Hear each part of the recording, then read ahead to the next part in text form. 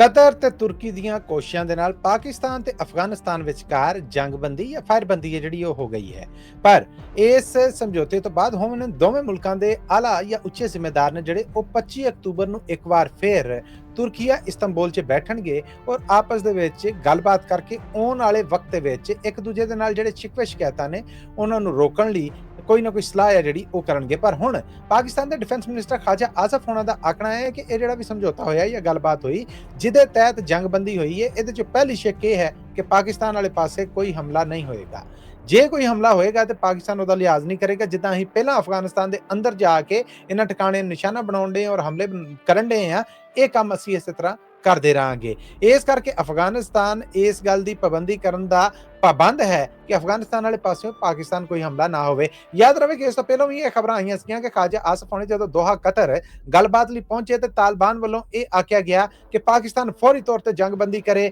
ਫੌਰੀ ਤੌਰ ਤੇ ਹਮਲੇ ਕਰਨੇ ਬੰਦ ਕਰੇ, ਨਹੀਂ ਤੇ ਫਿਰ ਸਾਨੂੰ ਦੂਜਾ ਰਾਹ ਫੜਨਾ ਪਏਗਾ। ਤੇ ਜ਼ਰੀਏ ਇਹ ਦੱਸ ਰਹੇ ਨੇ ਕਿ ਖਾਜਾ ਆਸਫ ਹੋਣੇ ਕੁਰਸੀ ਛੱਡ ਕੇ ਉੱਠ ਪਏ ਤੇ ਉਹਨਾਂ ਨੇ ਆਖਿਆ ਕਿ ਪਹਿਲਾਂ ਦੂਜਾ ਰਾਹ ਹੈ ਜਿਹੜਾ ਉਹ ਹੀ ਵੇਖ ਲੈਨੇ ਆ, ਫਿਰ ਉਸ ਤੋਂ ਬਾਅਦ ਗੱਲਬਾਤ ਕਰਾਂਗੇ। ਜਿਹਦੇ ਤੋਂ ਬਾਅਦ ਕਤਰ ਦੇ ਜਿਹੜੇ ਆਲਾ ਜ਼ਿੰਮੇਦਾਰ ਨੇ ਉਹਨਾਂ ਨੇ ਫੜ ਕੇ ਖਾਜਾ ਆਸਫ ਹੋਣਾ ਨੂੰ ਕੁਰਸੀ ਤੇ ਬਿਠਾਇਆ ਔਰ ਉਸ ਤੋਂ ਬਾਅਦ ਇਹ ਬੜੇ ਗਰਮਾ ਗਰਮ ਮਾਹੌਲ 'ਚ ਗੱਲਬਾਤ ਹੋਈ, ਜਿਹਦਾ ਐਲਾਮੀਆ ਜਿਹੜਾ ਹੋਇਆ 72 ਘੰਟੇ ਤੱਕ ਕਹਿੰਦੇ ਨੇ ਕਿ ਇਹ ਗੱਲਬਾਤ ਜਿਹੜੀ ਇਹ ਵਕਫਿਆਂ ਦੇ ਨਾਲ ਚੱਲਦੀ ਰਹੀ। ਅਗਲਾ ਪੇੜਾ ਜਿਹੜਾ ਉਹ 25 ਅਕਤੂਬਰ ਨੂੰ ਇਸਤੰਬੁਲ 'ਚ ਸੱਜੇਗਾ।